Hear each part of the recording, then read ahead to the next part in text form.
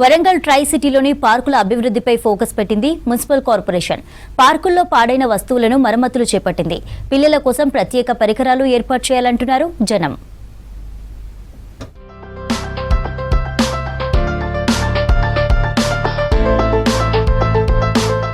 హైదరాబాద్ తర్వాత రెండో అతిపెద్ద నగరంగా వరంగల్ విస్తరిస్తోంది. కాకతీయుల కాలంలో నిర్మించిన కట్టడాలు, పర్యాటక ప్రాంతాలను సందర్శించేందుకు దేశ విదేశాల నుంచి పర్యాటకులు వస్తుంటారు. పనుల కోసం ఉమ్మడి జిల్లా నుంచి రోజు పెద్ద సంఖ్యలో ప్రజలు నగరానికి వస్తుంటారు. బయట నుంచి వచ్చే వారితో పాటు వరంగల్, హన్మకొండ, కాజీపేట, ట్రై సిటీలోని ప్రజల కోసం 27 పార్కులు ఏర్పాటు చేసింది గ్రేటర్ వరంగల్ మున్సిపల్ కార్పొరేషన్. ఇందులో జిమ్, వ్యాయామం, పిల్లలు ఆడుకునేందుకు ఉయ్యాలలు, జారుడు బండలు ఏర్పాటు చేసింది.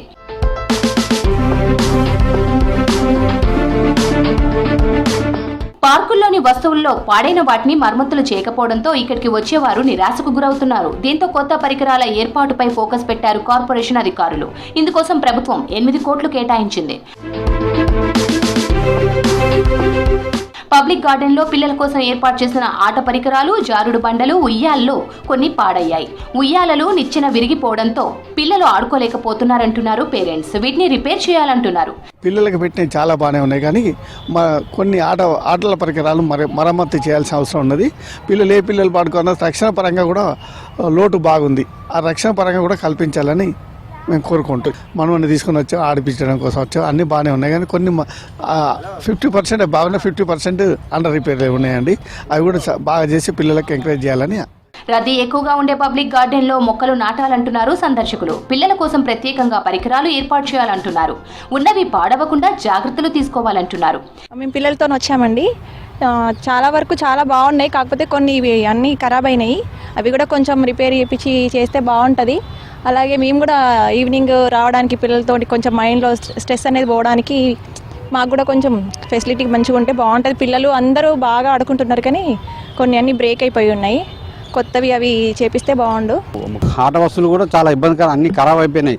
ఇది వర్షం కారణంగా మొత్తం జంగు బట్టి పిల్లలకి ఐరన్ రాళ్ళు అని కుచ్చుకోపోవడం జరుగుతున్నది. మొత్తం కలర్ లేదు, ఏం లేదు, మొత్తం అది అయిపోయింది. పెట్టిన కానించి ఇంతమంది ఒక్కొక్కసారి కూడా కలర్లు కూడా వేయలేదు.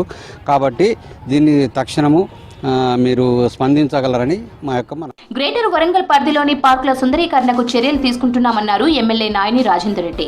పాడైనవి రిపేర్ చేయడంతో పాటు కొత్త పరికరాలు ఏర్పాటు చేస్తున్నామన్నారు. అదేవిధంగా కాదిపేట్ జంక్షన్ కానివ్వండి, సుబేదారి కానివ్వండి, అప్ టు వరంగల్ కానివ్వండి, యూనివర్సిటీ జంక్షన్స్ కానివ్వండి, వీటన్నిటిలో కూడా సుందరీకరణ కోసము ఎక్కడెక్కడి నుంచో మేధావులు తీర్చిదిద్దినటువంటి విగ్రహాలని ఆ యొక్క పార్క్ స్థలంలో నియమిస్తూ గవ్వ అనగానే మనందరికీ తెలిసిన విషయం శంకు చక్రం, ఇలాంటి అన్నిటినీ కూడా తీసుకొచ్చి పొందుపరిచి సుందరీకరణ చేయటం జరుగుతున్నది.